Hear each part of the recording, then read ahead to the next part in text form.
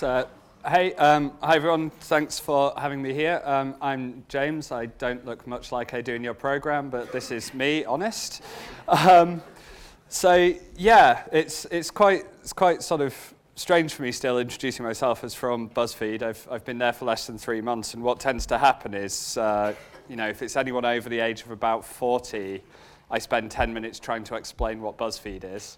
So we do cat pictures, but news too. Ask your teenage child, they will know.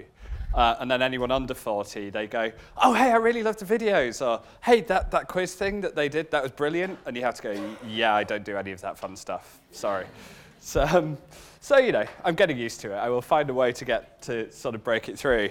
But yeah, I guess I kind of just wanted to run through very slightly what I've done, because I've been fairly lucky / just traveled a lot in that I've worked probably for each type of outlet that's still going. And so try and sort of run through what I think's going on with them in terms of what's relevant for you guys, like entering the market, and then try and do a little bit about what the hell BuzzFeed actually is and what it's doing and what it's looking to do in the next couple of years, because I do genuinely think it's quite interesting. Otherwise, I'd have been a bit of a tit for joining it, really.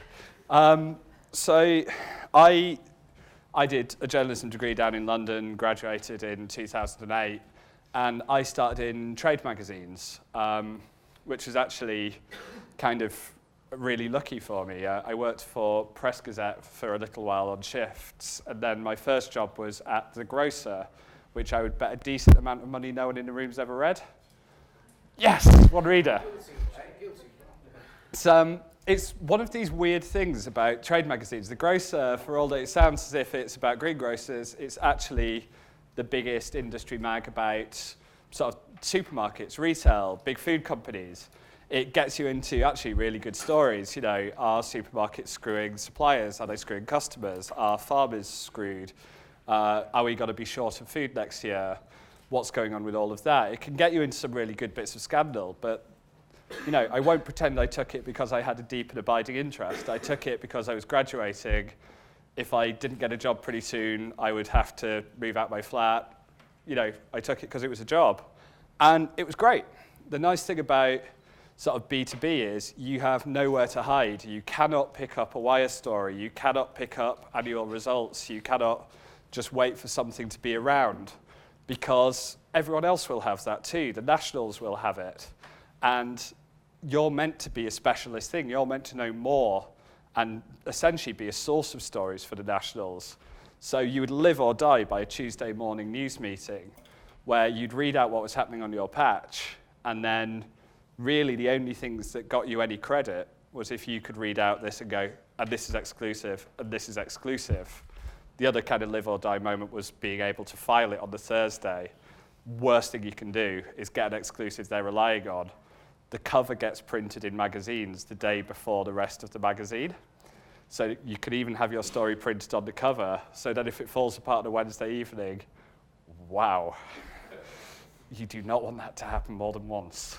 I'll be honest, you don't really want it to happen once, but it does. So it was quite a nice bit of training for what I ended up doing, because I had to get in the habit of casting around for stories. And the thing that got me somewhere was, obviously I didn't have better sources. You don't get more interview access than the FT. You're just never going to win that fight. I happened to be reasonably good at maths. And that was because I'd done summer jobs using Excel, and it was mind-numbingly boring. It turns out I have a good tolerance for things that are mind-numbingly boring. I'm really making this profession look exciting here, aren't I? But yeah, so because I knew how to do that, I would look for stuff to do as, have a spreadsheet of supermarket prices that the magazine had mystery shoppers. You could do stuff like find out, hey, Asda said it cut 500 prices this week. Yeah, it did, but 250 of them, it only knocked a penny off. Who cares? Tesco liked that one so much they used it for a full-page advert in every newspaper. And Asda's director complained to our chief exec, thinking that we'd given permission or I'd given permission. They'd just done it. Always nice to start a fight between supermarkets. But it got me in the sense of, hey, there's actually exclusives aren't just about, do you know a source no one else does? Although, easiest way to get them by a mile. But they can be, have you thought of an angle no one else has? Or have you bothered to dig through numbers in a way no one else has and then check that you're right?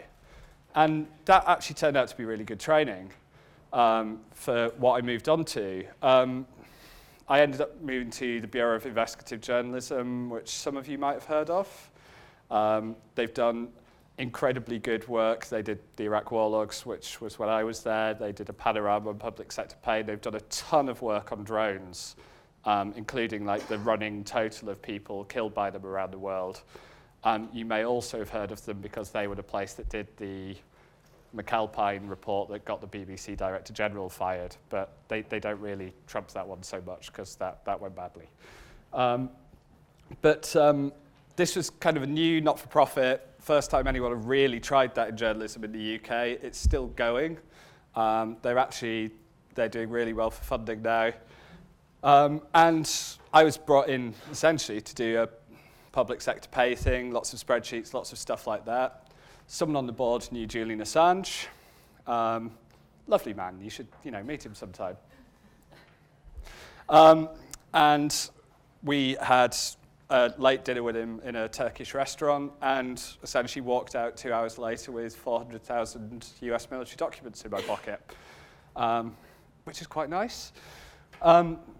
Bit weird though, like seriously, it was about 1 a.m. on a Saturday morning, it was what's now the Iraq War Logs and is all online.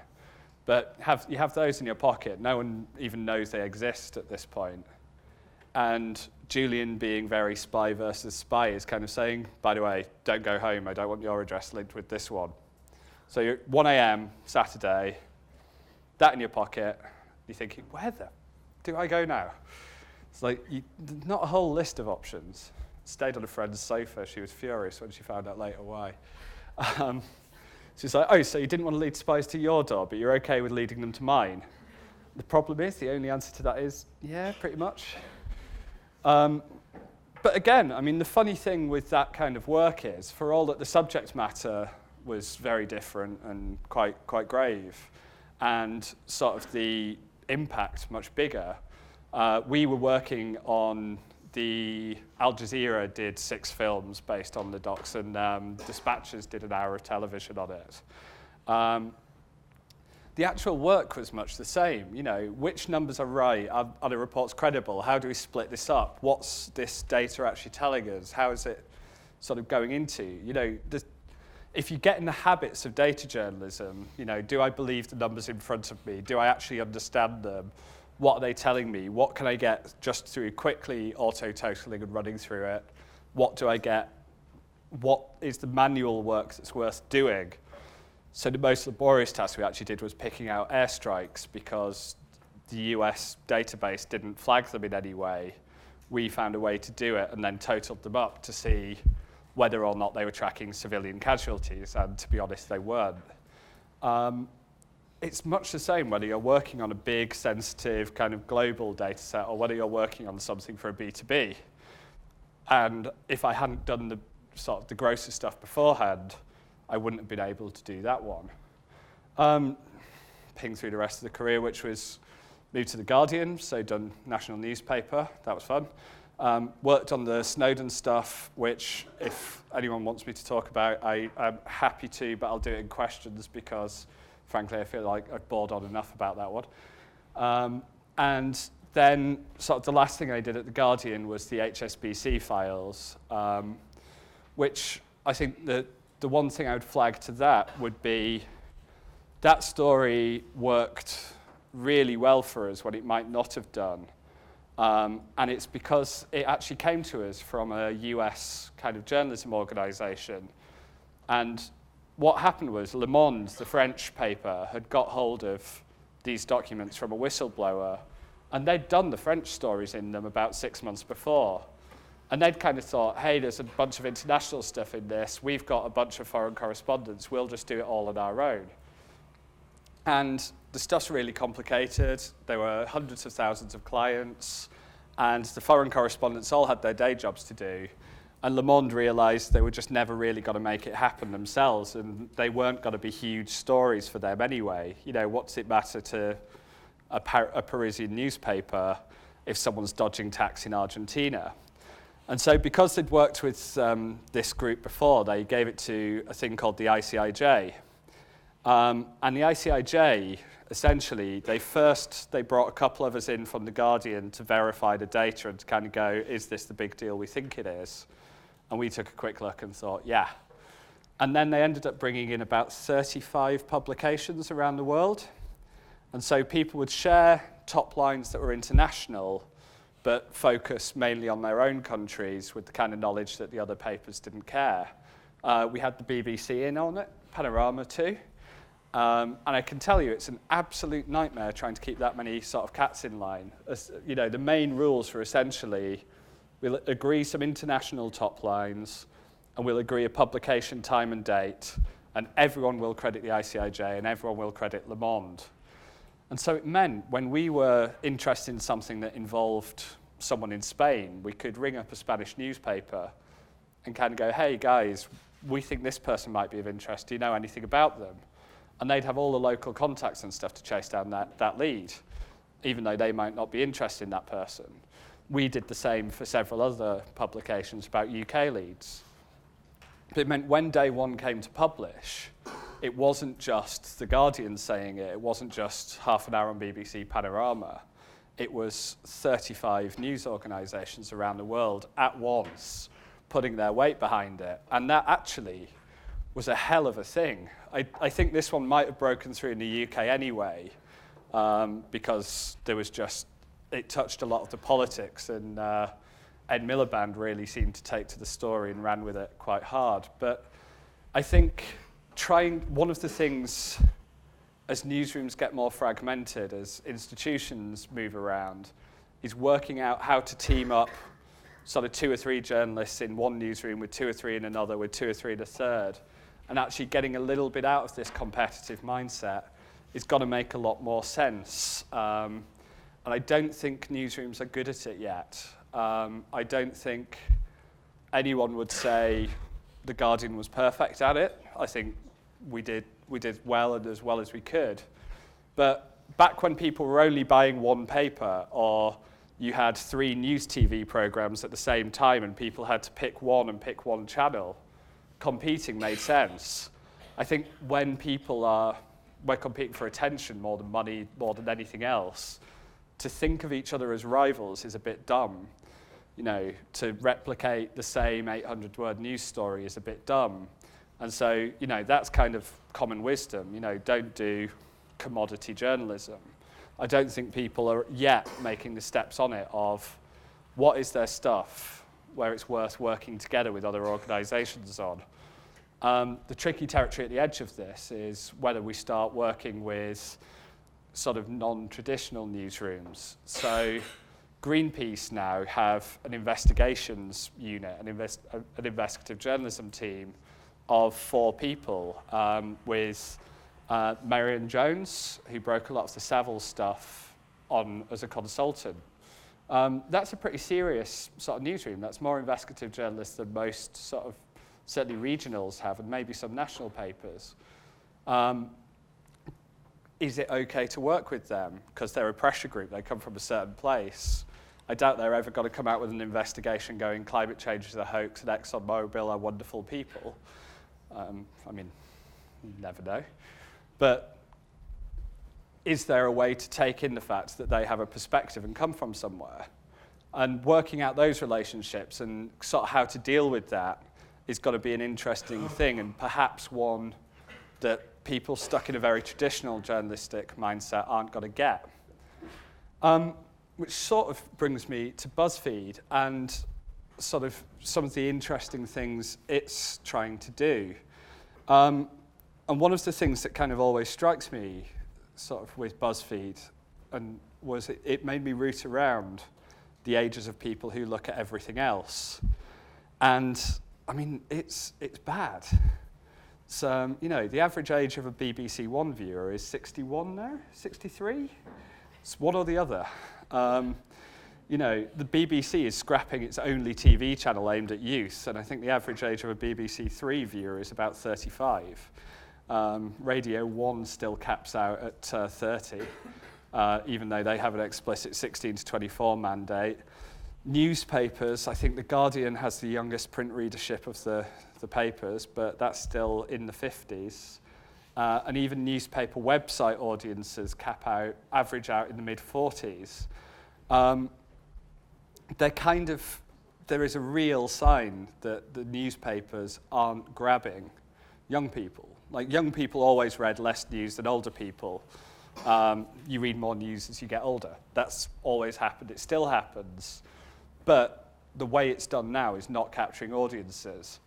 And between that, just the fact people do not want news the way it is currently delivered, and the fact that the technology is changing, means you really can't ignore the fact that, you know, none of us are going to have the kind of journalism jobs that exist now in 30 years. It's not that there's not going to be journalism and there's not going to be jobs, but, you know, doing this kind of talk 5 years ago, you could kind of say, look, if you want to work at a newspaper, you're not going to be just doing traditional newspaper reporting. You might need to know social media, you might need to know video, you might need to know sort of these other things too. That's now such established received wisdom, it's boring to say.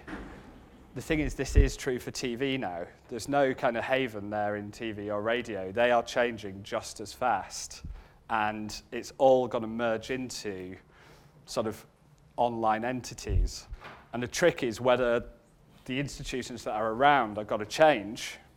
You know, is it going to be that the BBC can exist as an online-only thing in the same way that The Guardian would exist as an online-only thing in the same way that Buzzfeed does?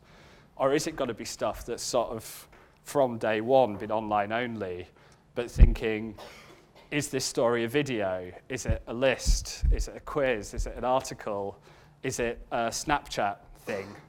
I'm really bad at Snapchat, and Snapchat does brilliantly for Buzzfeed, and I just can't quite do it. It's that horrible moment where you realise that you're old. It's when there is a new social media thing, and you just don't get it. But that's kind of the interesting thing about BuzzFeed, and you know the way the guy who founded it sort of describes it as a news and entertainment company, and he likens it to something more like a TV channel, but for the internet era, than like a newspaper. Although if you ever think newspapers haven't been about news and entertainment, you're nuts, because they just always have. You know, very few people buy a newspaper for the news. They buy it for the crossword, first and foremost, for the regular columnists, for the gardening bit, for that kind of stuff. You know, you can have a brilliant story on page one or a rubbish story on page one, barely dents the sales. Screw with the crossword and you're in trouble. So BuzzFeed's news and entertainment, you know, the range of what it does is just almost incomprehensible. You know, it has the biggest investigative journalism team I know of. It's got, I think now, 20 across the US and UK. It's got foreign correspondents around the world. It's got bureaus, sort of full local versions in 10 countries now. It's got a motion picture studio, which is just released. I think even this room is probably about 5 years too old to know what this is, but a video kind of web series called You Do You by, I think they're called Buzzfeed Violet, and they have sort of several tens of millions of YouTube followers. That's a paid iTunes series, which is kind of an interesting thing for me. In the UK, they've kind of gone from just doing the lists, the quizzes, the sort of the very familiar BuzzFeed stuff, to having a news team of about 15 now. That will be about 30 by Christmas, and I think about 40 by the middle of next year. And that's just news. That's actually starting to be bigger than some national newsrooms. And it's profitable. And I don't really quite understand how, but it is, so that sounds quite good to me. But to me, it's a good sign of having to think about sort of two things about what you want to do as a journalist. One is, what kind of stuff do you want to produce? Is it sort of features that tell someone something that they don't know? You know, is it the kind of profile piece of a rare disease or a tribe in a country, or that kind of feature reportage? Is it UK news? Is it foreign news? Do you want to be a funny sort of journalist? Is it about comedy and sort of finding those opportunities? But then less about being attached to, that's what I want to do, and so I want to do it in this format, to then, how do I get it to an audience? And thinking about and looking at what works. And the nice thing is, the kind of grim stuff, as far as people like me are concerned, I really like writing long, worthy, boring articles. And then, well, I try and minimize the boring. But the nice thing for me is they can work. There are sort of long-form features on Buzzfeed that have had over 1 million, sort of million unique visitors quite easily. And almost all of that got through social and sharing. People will read that and will share it if it's done right. It can be lists. If you look, my colleague Michael Gillard, who is a pretty old school journalist who came from the Sunday Times, was persuaded to do, it's quite a nice sort of tabloidy investigation actually, but talking about royal protection officers. And it was profiling kind of misdeeds royal protection officers were doing, kind of posing on the throne with their firearms and all of this stuff. He was persuaded to do that as a list rather than as a traditional sort of read-through piece. And I think it's still got the highest traffic of any UK investigation BuzzFeed has published. It's great fun. Is your thing a video? Does that work best for it? Is it an interactive or a graphic?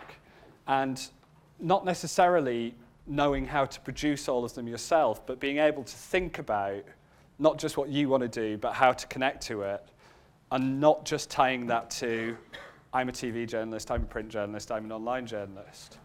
And sort of the last thing, which I feel deeply sort of aware that I'm speaking after about sort of 15 other people, which means any sensible advice will already have been given. So the only stuff that's got to stand out is if I say anything staggeringly stupid or just, terrible advice. But you need a bit of awareness of the business model and where the money's coming from, because it isn't doom and gloom necessarily. But no one quite has a model at the moment that they can show will work in 10 years. BuzzFeed is a mixture of sponsored content. Like, people never quite seem to notice we don't run adverts.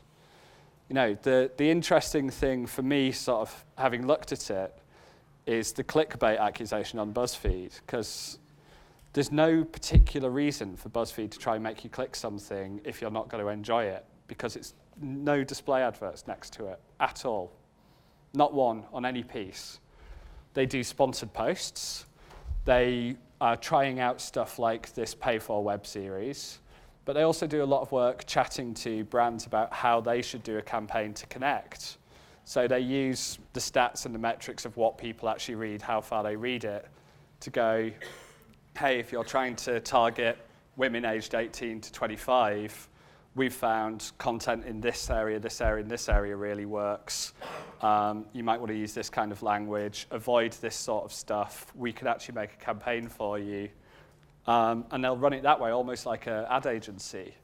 I should also add, only 3 months in, but I've never seen a more solid kind of wall between editorial and not editorial. I have no idea who deals are being done with. I have no concern about running next to advertisers. And I was very lucky before. Working at The Guardian, we never had any problems. We did the HSBC stuff, and I don't know how many of you followed it, but at the same time, The Telegraph, it emerged, had pulled a Christopher Hitchens story about HSBC because they threatened to pull their advertising, which was worth a fortune.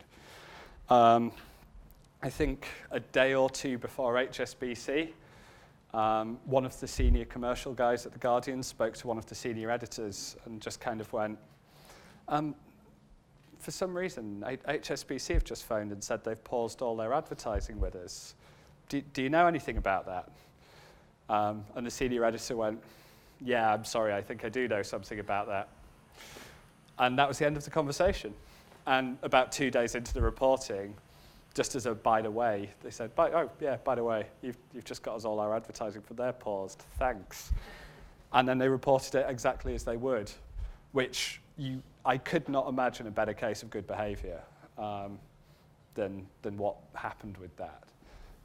So, it is possible to do sponsored content and to still have firm walls. It's still possible not to do sponsored content, just have display advertising and have spillover. But, the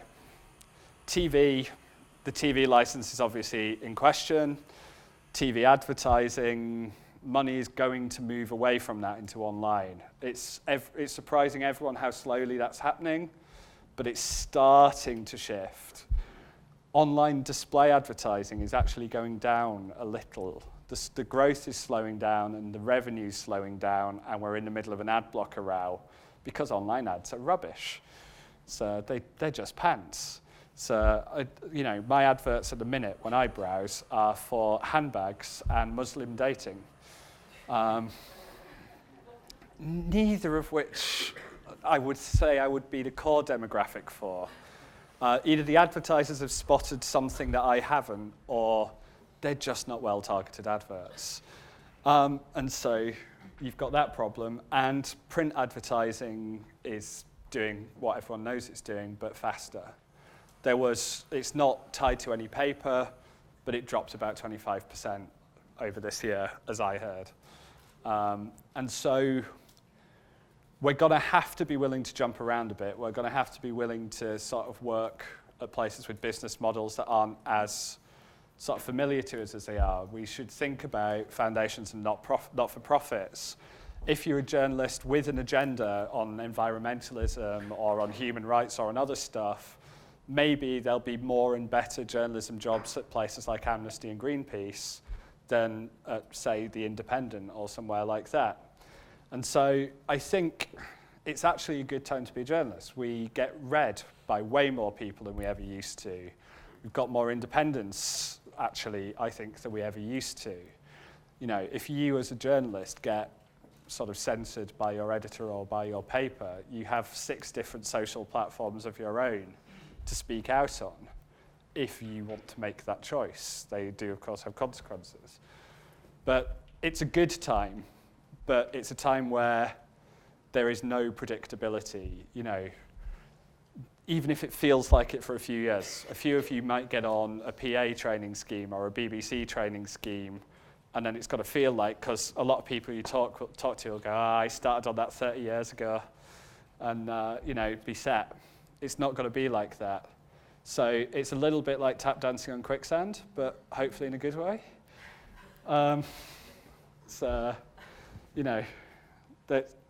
There probably isn't a good way to tap dance on quicksand, is there? That was a terrible analogy. So, double points to anyone who doesn't tweet it. So, yeah, I usually give out my Twitter handle. I'm just not going to.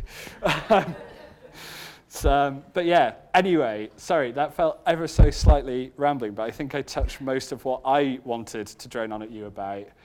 But I'm way more interested to kind of know about what you guys might want to hear from me. I'm happy to talk about sort of anything in terms of investigation, source protection, security, blither on about stories I've worked on, different types of sort of newsrooms. Please don't ask me about Snapchat. I'll sound rubbish.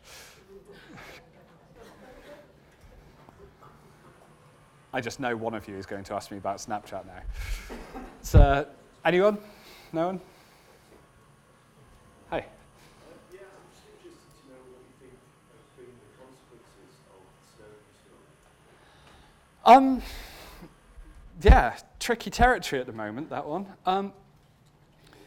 I think You've almost got to separate Britain from the rest of the world when you talk about the Snowden story, because I was based in New York for most of it, but not all of it. And in America, it sort of set off this huge public outrage about the way the security services were running, to the point where the president was having to get up and address it. And they've actually, the US legislation is nowhere near what privacy advocates would want, but is markedly restricting security services versus what they were doing before. And a lot of countries have sort of changed policies on that, and tech companies have had some pretty serious thinking about what they do, about what they collect, why they collect it. Because, of course, the privacy sort of issues that come with Google and Facebook and all the rest of it are actually the same as the surveillance ones, because anything Facebook can see, GCHQ can see, and sometimes other intelligence agencies you might feel less comfortable with can see in practice. And so they beefed up security, they did those sorts of things. The flip side has been this sense of, did it do any damage? And for me, it's quite an uncomfortable one, because we worked incredibly hard to redact properly and to publish very carefully. You know, compared to the size of the leaks, The Guardian published a very small number of documents and consulted with intelligence agencies about whether bits of any of them should be redacted. It wasn't a case that they asked for it and they got it, but anything that they raised sort of serious concerns on, generally, we'd be very receptive to. And a lot of what was there, we were confirming stuff, we were extending stuff, we were explaining stuff. We weren't revealing sort of unprecedented information. So, you know, it's been known that terrorists use video games. I mean, often just that terror targets play them. That's been suggested in the public domain for about 10 years. That encryption can be a headache for security services has been known for 20 years. And there seems to be a quite distasteful rush to blame Snowden or blame the Snowden reporting anytime an atrocity happens, long before there's any understanding of it. And so the CIA, former CIA director John Brennan, stood up and blamed Snowden for the Paris attacks before all the bodies had even been identified.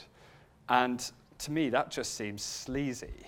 You know, it's going to take a long time for us to know why Paris happened.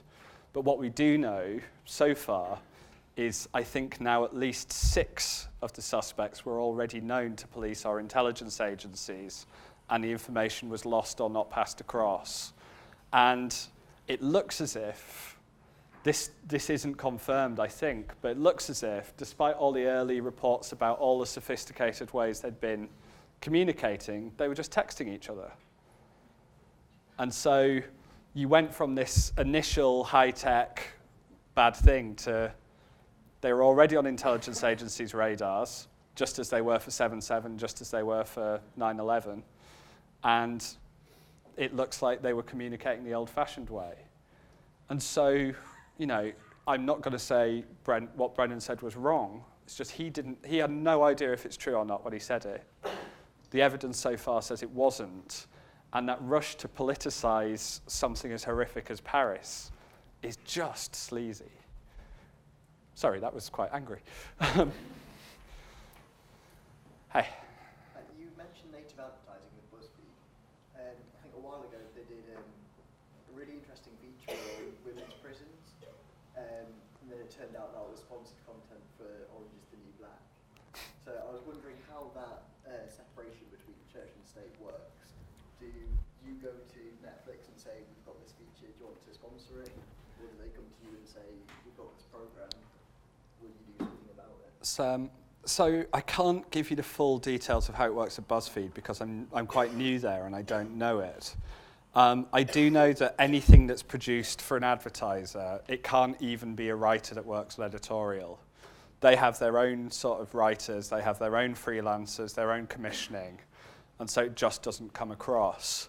I might just talk about roughly how some of that worked at The Guardian, just because I know the process better because I was there for longer. And you have your standard editorial, which is, editorial. It's got some adverts next to it. That's normal. We're all very comfortable with that. Then you had a kind of brought to you by sort of middle level of content.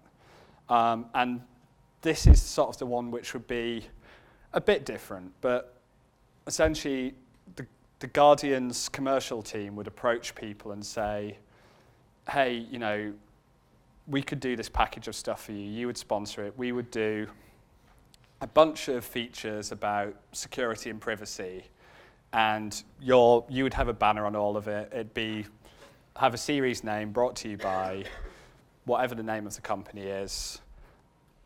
You would have no editorial control. They'd have no obligation to mention you in the articles, any of that. But it would be some themed content around this stuff. We'd do some video, we'd do this kind of thing.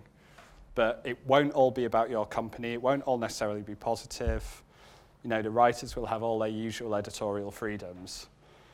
And I wrote a couple of pieces for that kind of thing.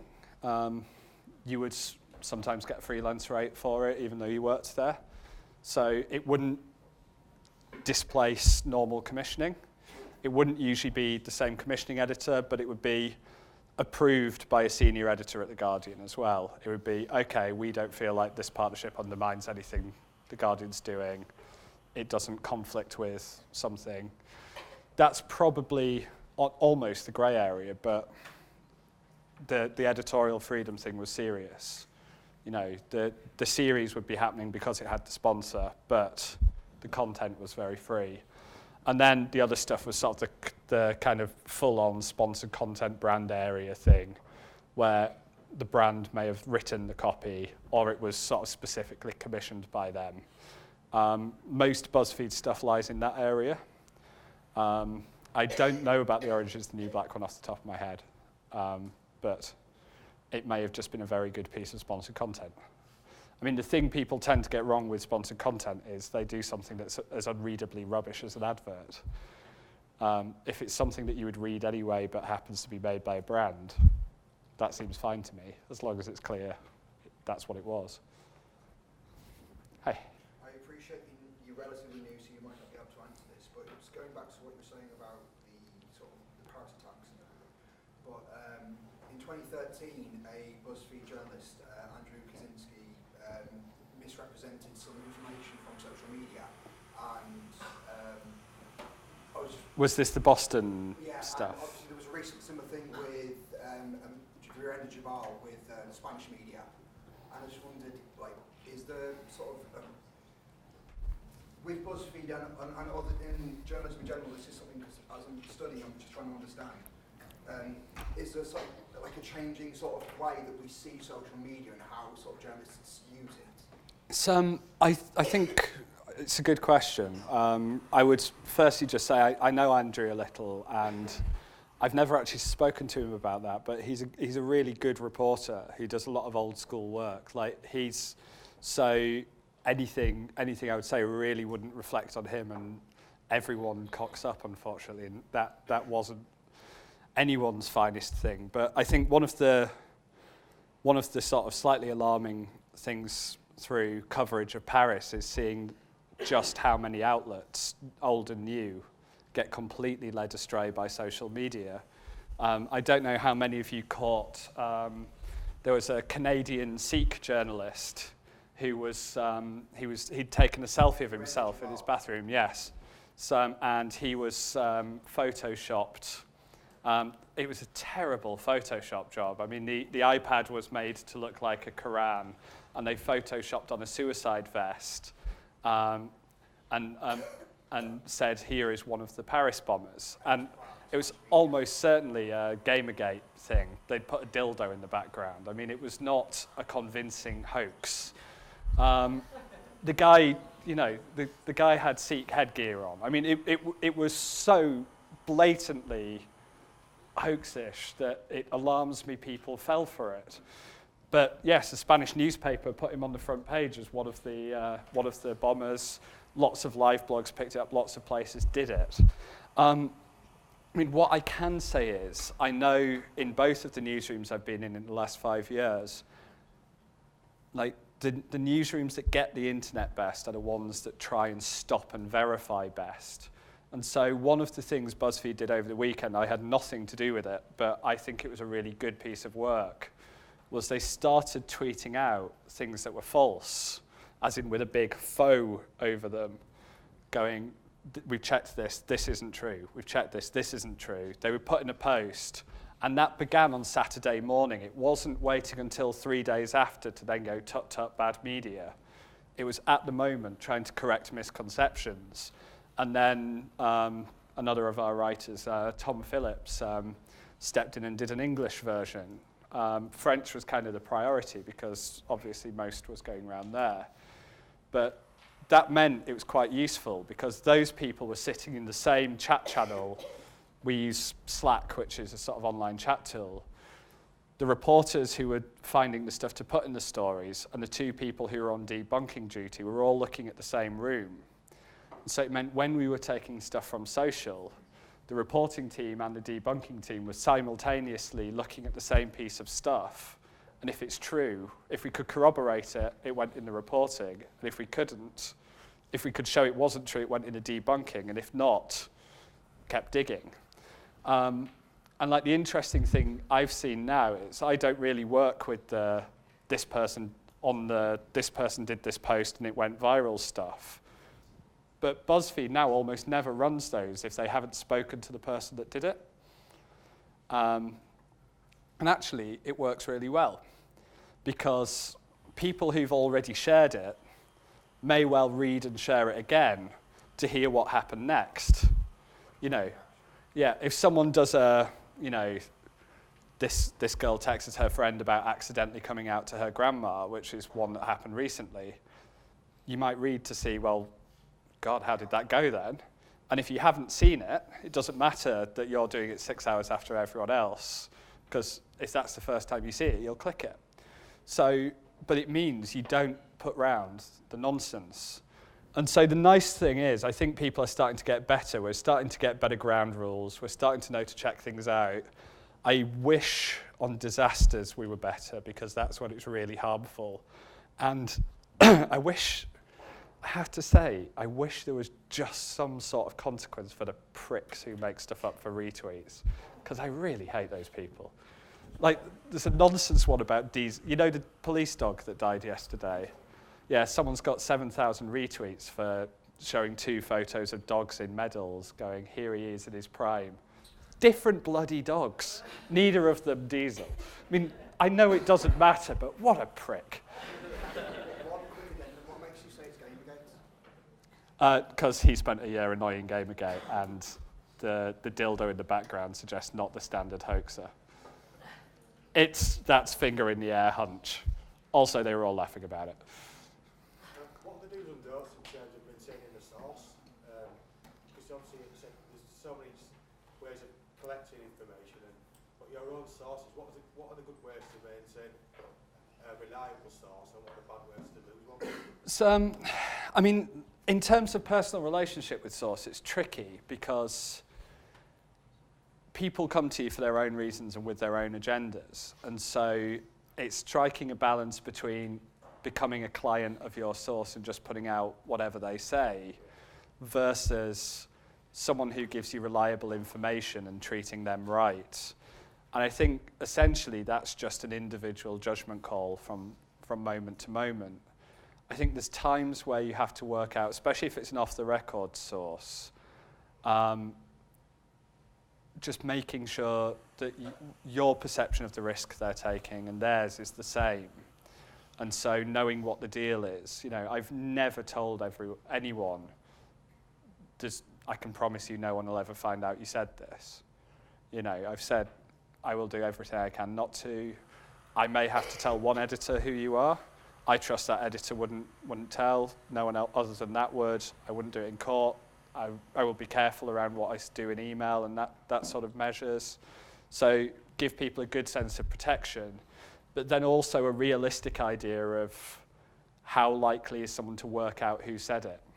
So if anyone's ever worked anywhere near Westminster, or frankly sort of city halls, you can usually guess a politician for where you see a political, one cabinet minister said, you don't have to work in that environment very long to go, oh, that's him again.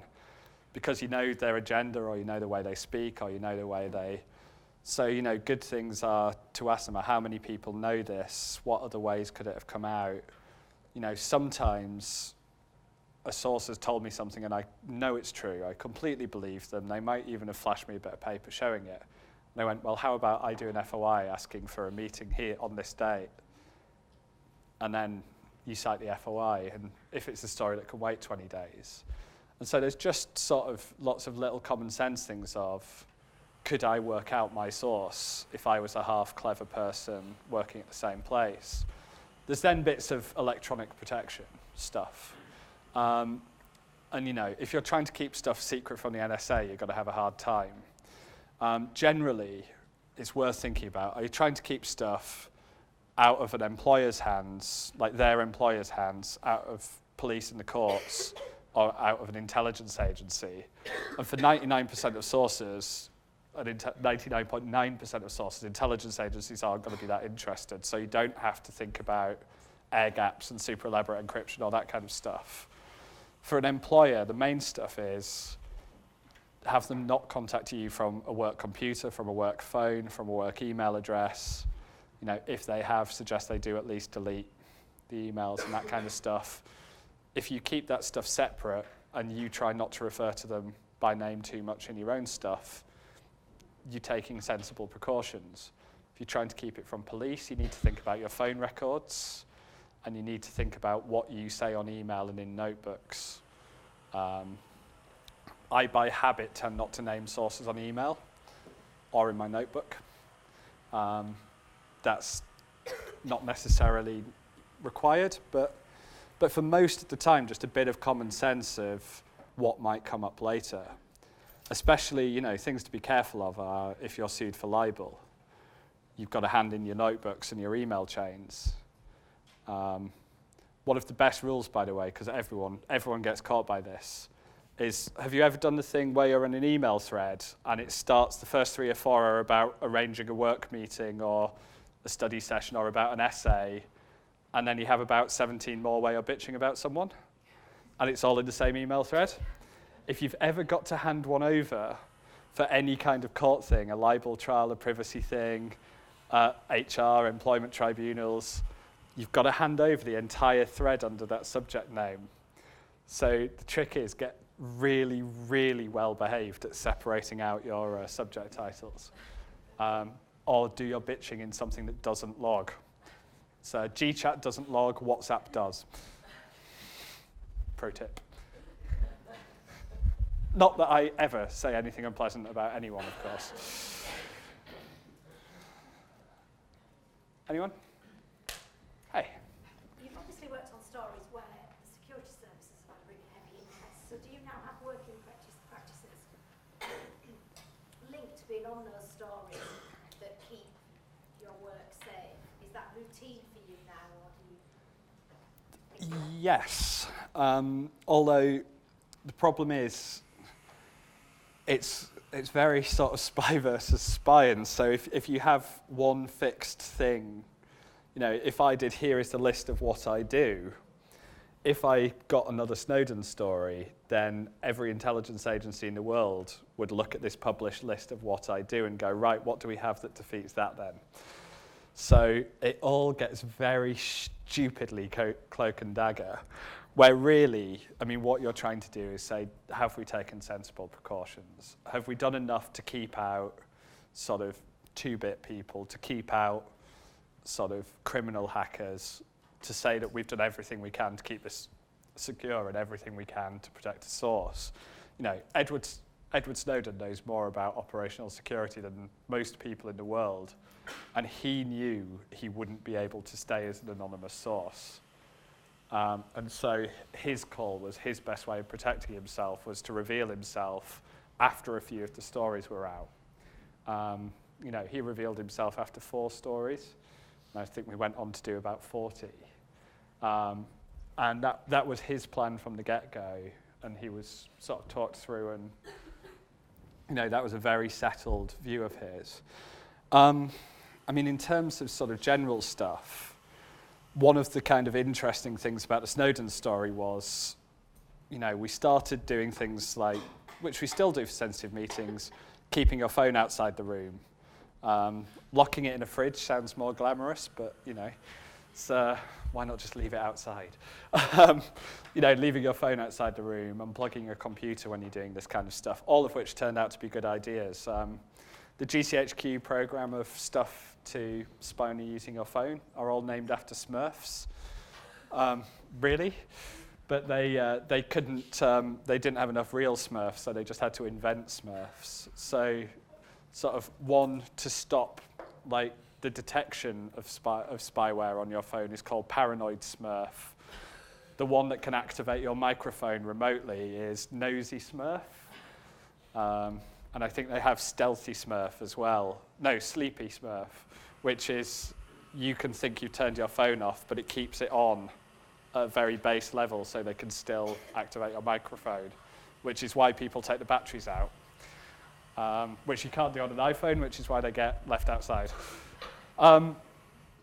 So we sort of kept learning new and weird things that could be done. And so we eventually hit the point where when we wanted to talk about the particularly sensitive stuff on the story, we would get on a plane and do it in person. The best OPSEC stuff is usually just going really old-fashioned. There are things you can do. There's encryption. You know, the more, if you can get your head around encryption, there are some good tutorials by people like the EFF. It's a really good thing to know, and it will only get more important. If, you know, air-gapped computers, a computer that's never been on the internet, that is a good thing. There's a sort of secure operating system called Tails, Tails. That's pretty good if a complete pain to use. But part of it is, sort of as I was saying, I gauge what I'm working on at the moment and how sensitive it is. At any given moment, there'll be some people I'll be communicating with very securely, some pretty minimally. You know, if I'm getting some gossip about a private sector company I wrote about 3 years ago, I'm probably just going to text the person and go to the pub. You know, it's other things we take rather more precautions. But yeah, it's a mix, or you'd go mad.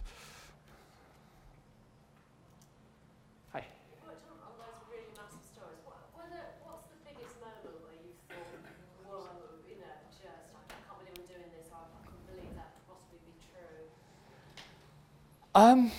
It's got a bit of Snowden stuff, actually. And it wasn't quite the first story.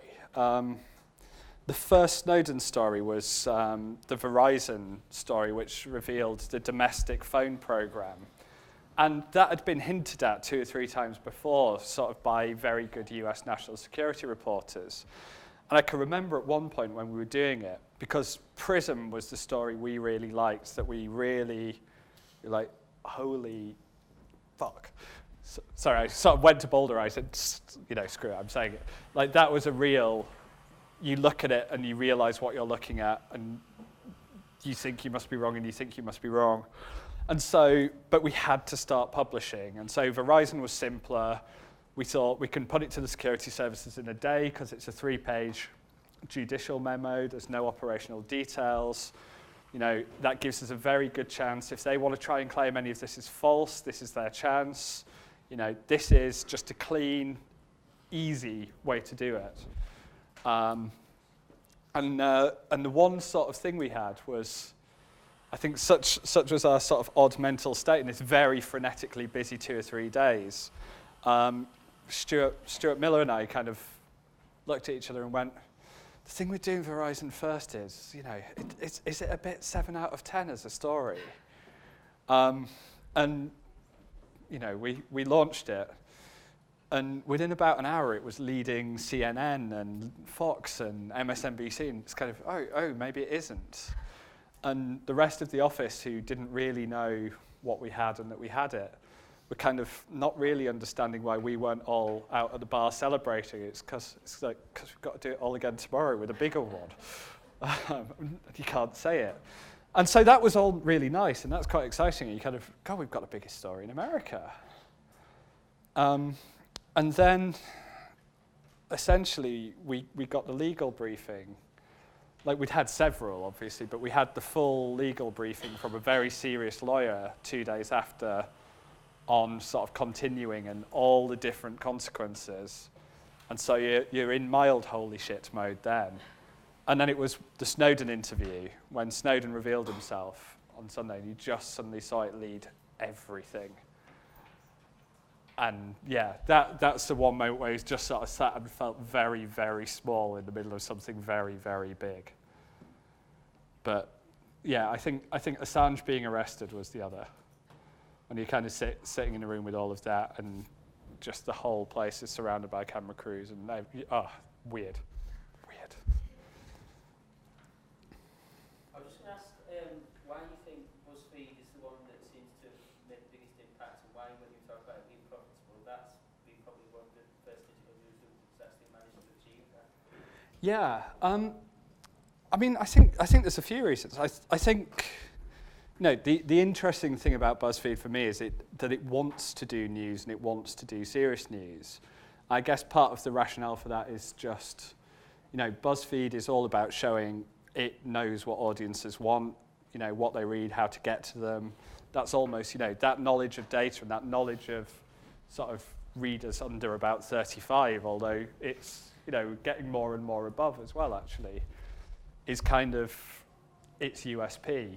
And so showing that it can reach kind of, 30-something-year-old lawyers or city people with stuff that's interesting to them is, there's a full range there. And also news is just a good thing to do, for society, for the brand, for the lot.